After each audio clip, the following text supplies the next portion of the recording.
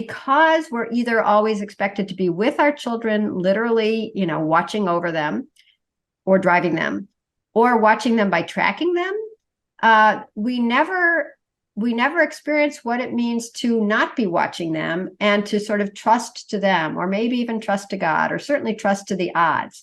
All we're told is we can only trust ourselves. We can only trust ourselves to be with them, to drive them, to watch them. And it becomes an enormous burden on the parent, because if anything goes wrong, it's because you are a horrible parent, not because sometimes bad things happen to good people. Sometimes, fate is fickle. And so it's this huge burden on the parent. And then the kid never gets the world, because there's always a minder with them. So I think that you have to separate from your kids to get your trust in them, for them to see that you trust them, and for them to start trusting themselves. I could not agree more. And if a parent can't give that trust to the child, even when they're scared and frightened to do so, then that child has almost no chance to grow learning how to trust themselves. And if you don't trust yourself, you have an anxiety disorder, no doubt.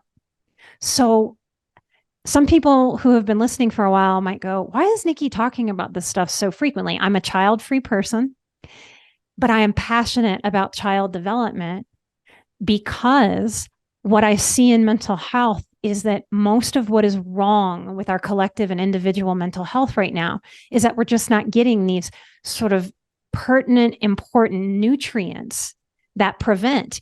And there is no way to study in all of science what we prevent. So true. We have a real conundrum. So most of my work is not so much healing, or maybe it's 50-50 healing and preventative. But I can't prove that. I can't tell you how much I've prevented or helped other people prevent in terms of anxiety disorders, depression, anxiety. When we fortify ourselves with these human muscles and nutrients, we avoid much anxiety. I very much, at this point in my career, resist the idea that these are things that are wrong with the hardware of a human being. These are nurtured, learned things. And if that's true, then we must learn a different form of nurturing to take ourselves away from what isn't working and towards what is.